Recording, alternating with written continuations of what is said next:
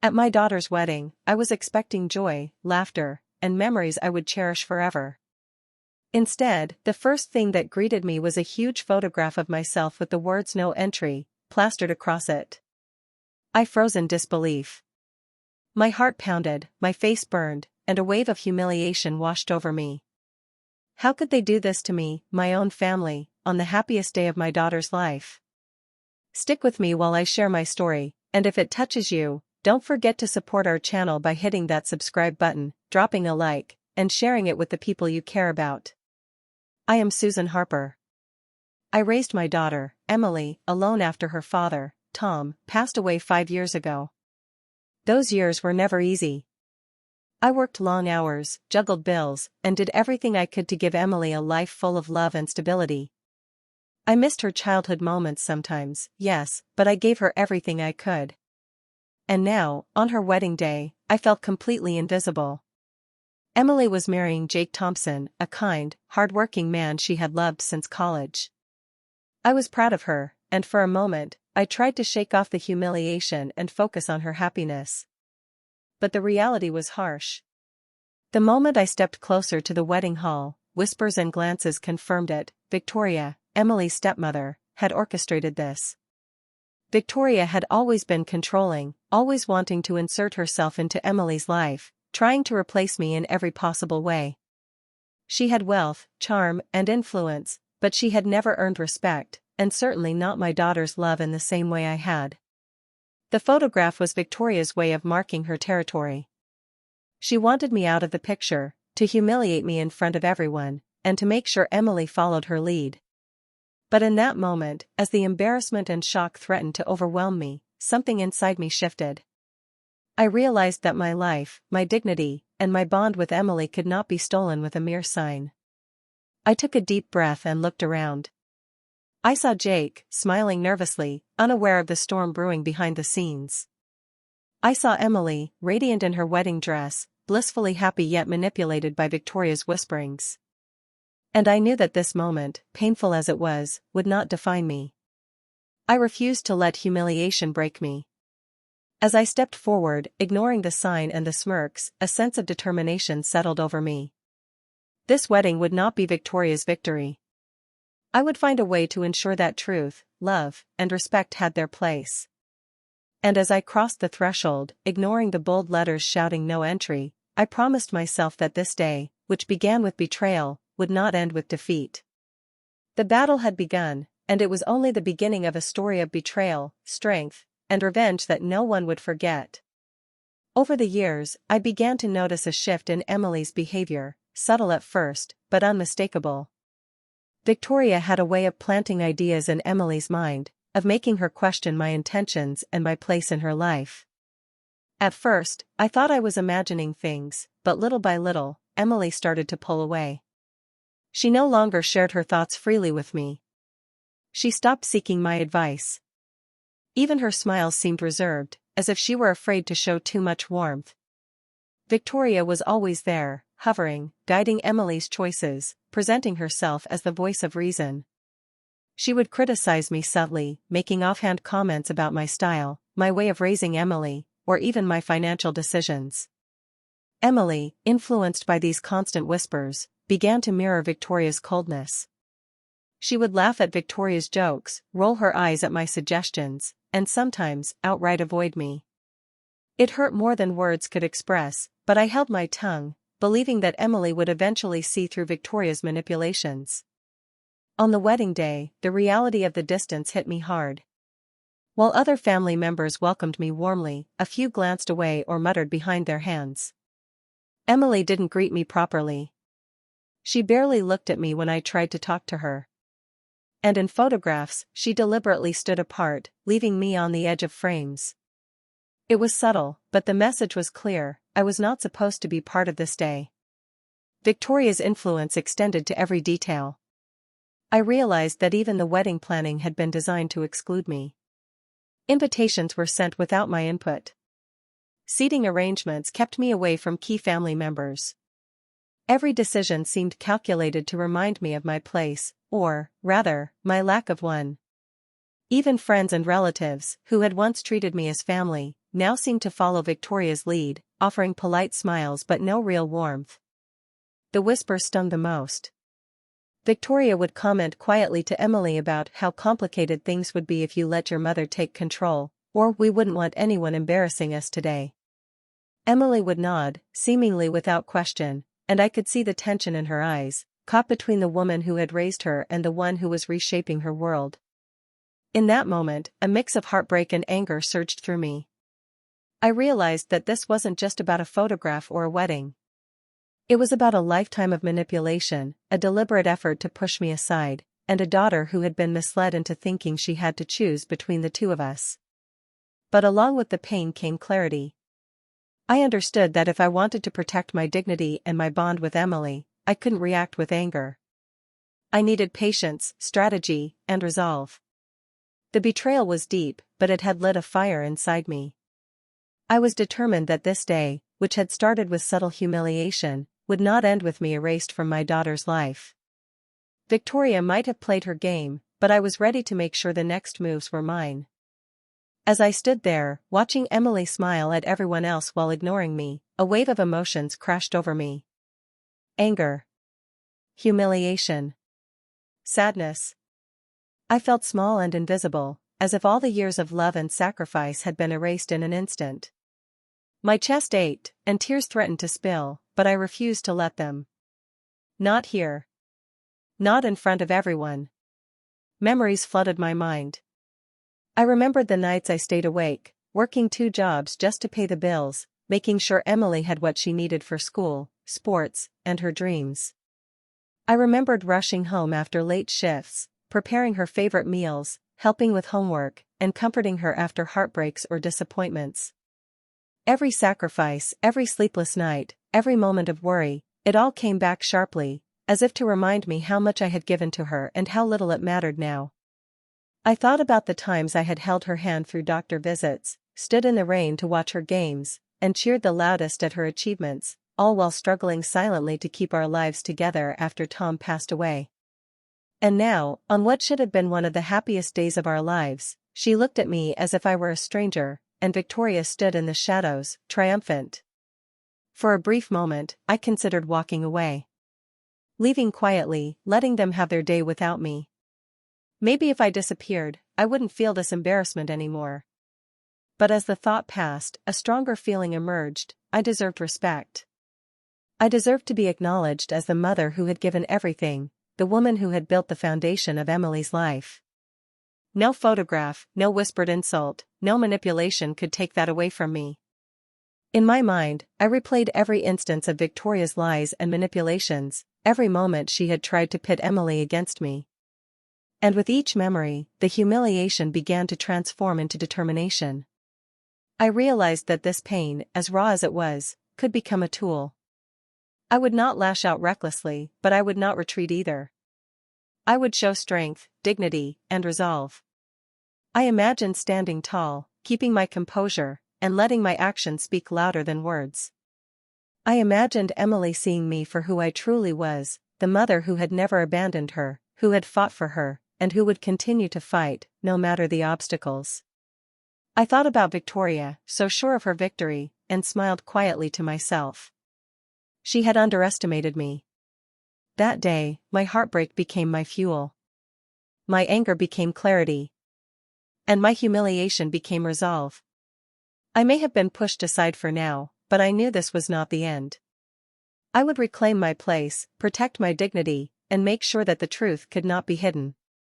No one could erase a mother's love, not Victoria, not anyone else, and certainly not the lies they tried to tell. I realized I couldn't let what Victoria had done slide. The humiliation, the manipulation, the way she had tried to erase me from Emily's life, it all demanded a response. But I knew I had to be smart. Anger alone wouldn't help me. I needed a plan, one that would protect my dignity and show the truth without causing unnecessary chaos. Quietly, I began paying attention to every detail of the wedding. I noted the arrangements, the seating, the decorations, even the timing of events. Victoria had made sure I was kept at the edges, but I could use that to my advantage. Every choice she had made revealed a little about her priorities, her insecurities, and her weaknesses. If I could observe carefully, I could find the perfect moments to act. I also reached out to people I trusted. First was the wedding planner. She had been working closely with Victoria but was kind-hearted and professional. I explained my concerns subtly, without making accusations, and watched her reactions. I could see she understood my position and was willing to support me discreetly. Then there was Linda, Emily's godmother. Linda had always been a friend, someone who had watched Emily grow up and respected the role I played in her life. I spoke to her quietly, explaining my fears and asking her to help me keep an eye on the day's events. Finally, I contacted a few old family friends, the ones who knew me before Victoria arrived, people who had always respected me and could help me navigate the family dynamics. I wasn't planning to confront anyone yet. This wasn't about public revenge. It was about planting seeds, observing, and gathering information that would let me act at exactly the right time. Every small detail mattered: the way Victoria organized seating, the way she whispered to Emily, the way she expected everyone to follow her lead. Each tiny piece of knowledge would give me leverage. Even as I moved quietly, I could feel a shift in myself. The fear and hurt were still there, but they were now mixed with clarity and resolve. I could feel the beginnings of control returning to me. I wasn't powerless. I could see the edges of the battlefield, and I was ready to step carefully but confidently. The wedding day was still unfolding, and Victoria believed she had the upper hand. But I had patience, preparation, and determination on my side. I began imagining subtle ways to assert my presence, to ensure my voice and influence could not be ignored. Nothing flashy, nothing reckless, just strategic, quiet actions that would gradually change the balance. By the time the ceremony started, I had already set my plan in motion. I wasn't just a sidelined mother anymore. I was observing, learning, and preparing. And with every passing moment, the tension in my chest grew, not the panic of humiliation, but the quiet excitement of knowing that the next moves were mine to make. This was the start of my response. Not loud, not obvious, but deliberate. And Victoria, blissfully unaware, had no idea what was coming. By the time the wedding ceremony began, I knew it was time to start putting my plan into action. I didn't need to make a scene or confront Victoria directly. Subtlety would be my strength. Every small move could remind everyone, especially Emily, that I still mattered. First, I made sure I had a position of influence during the key moments. The ceremony, the speeches, even the seating arrangements, where I stood, where I sat, it all mattered. I quietly positioned myself near the front, close enough to be part of the events but without drawing unnecessary attention. Victoria noticed, of course, and tried to glance me away, but I remained calm, composed, and dignified. That alone was a small victory. I also began using small gestures to challenge Victoria's control without confrontation. When she tried to arrange the flowers her way, I subtly adjusted a few to show a cleaner, balanced look. When she whispered instructions to the staff, I smiled at the team in a way that reassured them without making Victoria look directly wrong. I didn't need to argue; a simple presence, a quiet correction here and there, was enough to remind people that she wasn't the only one in charge. At the same time, I reached out to Emily in small, meaningful ways. During a quiet moment before the ceremony, I handed her a napkin with a simple note, a short memory from her childhood, a moment only we shared. I didn't lecture or scold. I didn't accuse her of anything. I just reminded her of our bond, the nights we baked cookies, the long drives to dance practice, the quiet talks about dreams. Her eyes softened when she read it, and I could see her remembering, just for a second, the love we had shared long before Victoria had started interfering. Even in these subtle moves, I felt the shift inside me. I wasn't just the humiliated mother standing at the edge. I was clever, composed, and quietly taking control. Every small action reminded everyone that Victoria's power was not absolute. My strength wasn't loud or aggressive, it was steady, measured, and undeniable. The best part was that no one could accuse me of overstepping. I wasn't causing drama, I was simply being present, being careful, and showing dignity. Victoria began to lose the confidence she had so carefully built over the years. She started glancing at me nervously, realizing that her manipulations weren't working as perfectly as she had hoped. By the end of the ceremony, I could feel a subtle shift in the atmosphere. People were noticing me again, not just as Emily's mother, but as a strong, composed woman who had refused to be sidelined. I had turned humiliation into quiet strength, and though the real confrontation was yet to come, this small, controlled revenge had already begun to change the game. For the first time that day, I felt calm, confident, and in control. Victoria might have thought she had won, but I was quietly proving that respect, strategy, and presence could speak louder than any sign or insult. As I moved through the wedding preparations, paying attention to every detail, I stumbled upon something that stopped me in my tracks. While checking a few arrangements with the wedding planner, I noticed discrepancies in the invoices and payments. Certain services, like the catering and floral arrangements, had been overcharged, or worse, payments were going to companies that didn't even exist. My stomach sank as I realized what this meant. Victoria had been taking money meant for the wedding. I didn't confront anyone immediately. Instead, I quietly gathered proof, taking notes and double-checking everything. The more I looked, the clearer it became that this wasn't a mistake. Victoria had been deceitful, lining her own pockets while keeping everyone else in the dark. She had spent years manipulating Emily, and now she was trying to manipulate the wedding itself, using it as a way to show control and wealth while hiding her dishonesty. At first, I felt a surge of anger. How dare she? How dare she try to humiliate me, deceive my daughter, and profit from something so personal? But then, a plan began to form in my mind. I didn't need to expose her in anger or make a public scene. That would only look like revenge. Instead, I could reveal the truth in a way that was emotional, honest, and undeniable. I could let Emily and the family see who Victoria really was without attacking her directly. I carefully considered timing and audience. The key was to let Emily discover the truth herself, in a moment that mattered, so that her realization would carry weight. I could involve the wedding planner and a few trusted family friends, making sure the information reached Emily and the rest of the family naturally, without me needing to accuse or argue.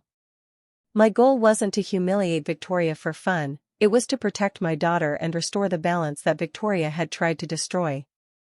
Even as I planned, I reminded myself to stay calm and composed. This wasn't about proving myself, it was about truth and justice. I wanted Emily to see her mother as someone who acted with integrity, who didn't give in to humiliation or manipulation, and who had always fought for what was right. By the end of the day, I had a clear strategy. Victoria would not be able to hide her deceit any longer, and when Emily realized it, the emotional impact would speak louder than anything I could say. It would be undeniable, moral, and personal. I could see it in my mind, the moment Emily would pause, the realization hitting her, and the quiet shift in the room as people began to see the truth. In that moment, I felt a calm determination unlike anything I had felt before. I wasn't just reacting anymore. I was in control, and the revelation I had uncovered would change everything. Victoria's web of lies had an opening, and I was ready to make sure it would unravel in the most powerful way possible, without me losing my dignity, without me appearing vengeful, and without anyone questioning the love and patience I had for my daughter. This was the turning point. The secret was in my hands, and with it, the opportunity to reclaim my place, protect Emily, and reveal the truth with quiet strength and purpose. As the wedding day moved closer to its most important moments, the tension in the air was almost tangible. Guests chatted nervously, servers moved quickly, and Victoria moved with her usual confidence, unaware that her control was starting to slip. I could feel the weight of every eye in the room, every expectation, and every hidden glance. This was the moment that mattered, and I needed to be ready. I positioned myself carefully. I didn't need to be the center of attention, but I needed to be seen. I chose a spot near the front where I could observe everything and subtly influence it. The seating, the flowers, the small details around the ceremony, all were opportunities to show quiet control and dignity. The wedding planner, who had agreed to help me discreetly, made small adjustments under my guidance, so that everything subtly reflected taste and order rather than chaos. Victoria's attempts to dominate the scene began to look less flawless than she wanted. During the speeches, I quietly reminded Emily of our bond. A glance, a soft touch on her hand, a shared smile, small gestures that were invisible to others but spoke volumes to her. I noticed Victoria fidgeting as she realized her attempts at perfect control weren't going unnoticed. Every misstep she made, even if tiny, started to show cracks in her carefully constructed image. I also paid attention to small symbolic details. A few flowers were rearranged to create balance, and seating adjustments placed Victoria in positions where her authority felt challenged without direct confrontation. It wasn't about proving anything to the guests, it was about showing, in quiet ways, that I belonged here and that Victoria's influence was not absolute. As the ceremony moved forward, I could see the tension in Victoria's eyes. She smiled, but there was an edge of uncertainty, the first hint that her plans might not succeed as perfectly as she imagined. I stayed composed, calm, and patient, knowing that the payoff would come at the perfect moment. I didn't need to rush or force it, the subtle shifts and small gestures were already planting seeds of doubt. Every glance, every minor correction, and every thoughtful gesture built anticipation. The audience, whether consciously or unconsciously, began to notice a difference. There was a quiet tension, a sense that something was about to unfold. I felt a sense of satisfaction that my approach was working. I wasn't loud, I wasn't dramatic, but I was setting the stage perfectly for the moment when the truth would come to light. By the time the ceremony reached its climax, everything was in place. Victoria's control was subtly undermined, my presence was undeniable, and Emily's awareness of the situation was growing. The atmosphere was thick with expectation. I had planned my moves carefully, positioning myself to reveal the emotional truth at exactly the right moment. The stage was set. Everything was ready for the confrontation that would change the course of the day. And I knew that when the moment came, it would be powerful, undeniable, and unforgettable, not because of anger or revenge, but because of truth, dignity, and love. As the reception began, the room was filled with laughter, clinking glasses, and music, but I could feel the tension beneath it all. It was the right moment, the perfect time to speak, not in anger, but in truth. I stood slowly and asked for a quiet moment. The chatter faded, and all eyes turned toward me. I felt calm, collected, and ready. I began speaking softly, choosing my words carefully. I didn't attack Victoria, I didn't shout or accuse. Instead, I spoke from the heart. I talked about love, honesty, and the importance of family. I reminded Emily of all the times we had shared, moments of joy, support, and sacrifice. Every word was meant to reach her, to make her see the bond we had built over the years, and to contrast it with the manipulation that had tried to pull us apart. Victoria's smile faltered as she realized the meaning behind my words. She tried to interrupt, but I remained composed, my voice steady and sincere. The room felt heavier as guests began to sense the tension between us. I could see Emily's eyes widen, the first real doubt forming as she looked at her stepmother and saw cracks in the image Victoria had carefully constructed. I shared subtle examples of Victoria's control without directly naming her. I mentioned moments when decisions were made that excluded those who loved Emily most, when influence had been used to manipulate rather than support. My words were careful, factual, and emotional. They painted a picture that was impossible to ignore, and for the first time, Victoria looked unsettled in front of the family and friends who had gathered for this day. Emily's expression changed as she listened. Questions formed in her eyes. She glanced at Victoria, then back at me, realizing that some of the choices she had been guided toward were not hers but influenced by someone else. The recognition was subtle but unmistakable, her loyalty began to shift. She began to understand the reality behind the manipulations she had believed for so long.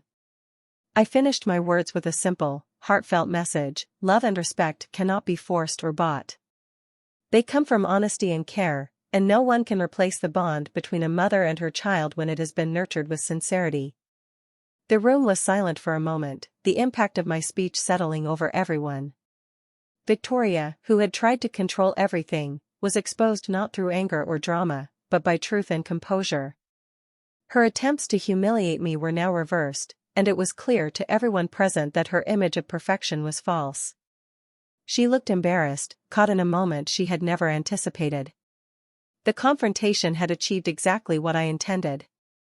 Emily looked at me with a new understanding, her eyes soft with recognition and love. Victoria's influence had been quietly but decisively challenged. I hadn't yelled, I hadn't caused chaos, but the emotional impact was undeniable. Betrayal had been revealed, and justice had been served, not through revenge, but through truth, dignity, and the power of quiet strength. After the confrontation, there was a quiet pause in the room. Emily stood still, processing everything she had just heard. Her eyes softened, and I could see the conflict within her, questions about choices she had made, doubts about who had guided her, and, most importantly, the realization of what she had overlooked for so long. I stepped closer to her, keeping my voice calm and steady. I didn't lecture or demand an apology. I simply reminded her, softly, of the love we had shared, the late nights helping with homework, the small victories celebrated together, the times I had stayed up sick with her, worried about her well-being. Every memory I spoke of wasn't meant to guilt her, but to help her see that my love had never wavered, no matter how things had appeared. Emily's eyes filled with tears, and she finally spoke. She apologized, not just for the moments she had been distant, but for allowing herself to be influenced by someone else over me. Mom, I should have seen it sooner. I'm sorry for letting her come between us, she whispered. Her words hit me hard, and I hugged her tightly. In that moment, the years of strain, manipulation, and heartache began to melt away. Around us, family and friends were witnessing the shift. Victoria, who had tried so hard to control everything, looked on with embarrassment. Her carefully crafted image of authority and influence had crumbled quietly, and everyone could see the truth, her manipulation had failed. The respect and admiration that had once been hers were replaced with disbelief and quiet judgment from those who mattered most. For me, the most important thing wasn't Victoria's humiliation. It was seeing Emily recognize the bond we shared, the sacrifices I had made, and the unwavering love I had given her. Our connection, once strained and threatened, was now restored. Her acknowledgement of my love and her apology created a moment of emotional catharsis, both for us and for everyone watching. Emily and I spent the rest of the reception close together. She held my hand during the dances, whispered words of love and gratitude, and even included me in moments that Victoria had tried to monopolize. It was subtle, but the shift was unmistakable. Emily's loyalty was no longer divided. She had seen clearly who had truly stood by her through every challenge. As the evening continued, I felt a deep sense of peace.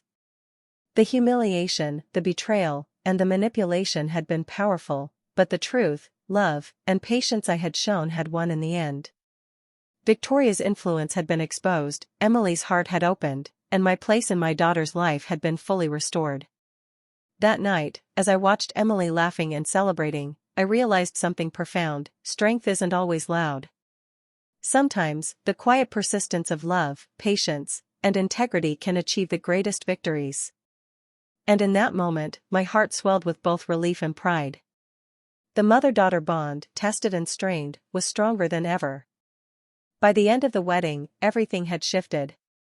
Victoria's influence had been quietly but decisively removed. The family could no longer ignore the truth, and her attempts to control the day, and our lives, had failed completely. I walked through the room with my head held high, feeling a calm sense of dignity I hadn't felt in years. I didn't need applause or acknowledgement, my presence and composure spoke for themselves. Emily stayed close to me, her respect and love now clear and unwavering. She no longer wavered in her loyalty, and it was evident to everyone that the bond between mother and daughter was restored. Every glance and every quiet word we shared carried the weight of forgiveness, understanding, and renewed trust. That bond, tested and strained by manipulation and betrayal, was now stronger than ever. The wedding continued, filled with laughter, music, and celebration, but this time, the joy felt genuine. There was no tension overshadowing the day. Family and friends were able to enjoy the event knowing the truth had been revealed, and the real connections, the ones built on honesty, love, and respect, were finally acknowledged. Victoria, though still present, had no real power, and her attempts to intimidate or control had become irrelevant. As I watched Emily dance with Jake, surrounded by family who had witnessed everything, I reflected on the journey that had brought us here. Betrayal can cut deep. It can leave wounds that feel impossible to heal. But I had learned something important: strength, patience, and careful, thoughtful action can restore what seems lost. You don't always need confrontation or anger to reclaim your place. Quiet determination, emotional intelligence, and unwavering integrity often speak louder than any dramatic gesture. I thought about the years of sacrifice, the long nights, the work, the moments of worry and fear. I realized that none of it had been in vain. Those efforts had built the foundation for today, and they had allowed me to respond with calmness and clarity rather than rashness. My quiet revenge wasn't about humiliation or shame, it was about showing the truth and reclaiming respect with dignity. In that moment, I understood that life doesn't always give you justice immediately. Sometimes, you have to wait, observe, and act at the right moment. And when you do, the results are far more powerful than any instant reaction could ever achieve. The wedding ended beautifully. Laughter, dancing, and love filled the room, and I felt a profound sense of peace. I had protected my daughter, restored our bond, and shown that even after betrayal, one could rise stronger and wiser. That day wasn't just about a wedding, it was about resilience, integrity, and the quiet power of a mother's love. And as I left the hall, holding Emily's hand and smiling at the future ahead, I knew one thing for certain: dignity and strength will always outshine manipulation and deceit. The story of this day, and the lessons it carried, would stay with us forever, a reminder that patience, courage, and love can triumph over even the deepest betrayals.